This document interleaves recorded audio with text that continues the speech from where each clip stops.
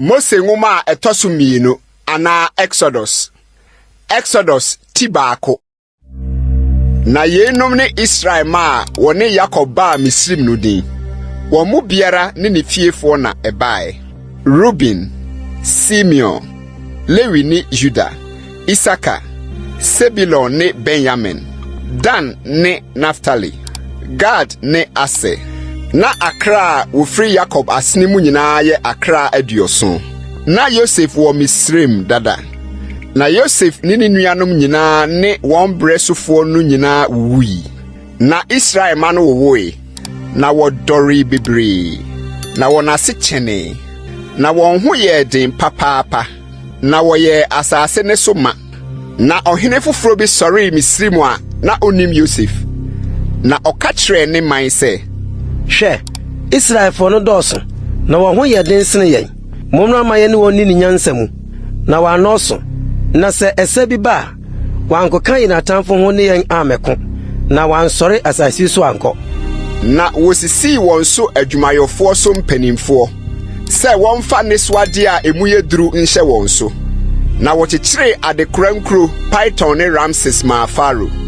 Nanso dodo a wo hye won so no dodo ara na wodoreye na wotreye na Misrifo sro Israelfo no na wode nyadie ya di Israelfo na woma wona setna funu won wodote ne ntaya ho adwuma a eyeden ne afuom adwumayo ahodo nyina ne nnwuma ahodo nyina mu nyadie ya wode di won mu.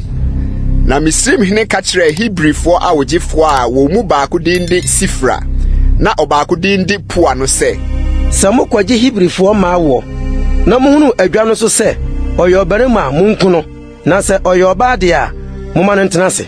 Na awogifo no suro Onyankopɔn enti wanyo se de Misrim hene ka kire wo no na mmom woje merema no nkwa. Na Misrim hene frɛ awogifo no ka kire won se adenti na moyo saa na moma merema no tenase. Na awogifo no ka kire Pharaoh se Hebrewfo man te se Misrimfo ma efri se won de woye primprim awogifo no nya nuru won chen no na wawo dada. Enti Onyankopɔn ne awogifo no di no yie na nkrofo no dɔso ara na woye din yie na esade se awogifo no suro Onyankopɔn ti ɔma won afie mu yie. Ena Pharaoh hye ne man nyina se obabani biara obawo no monkoto no ntwene subonten no mu na mama nyina de moma wantena ho.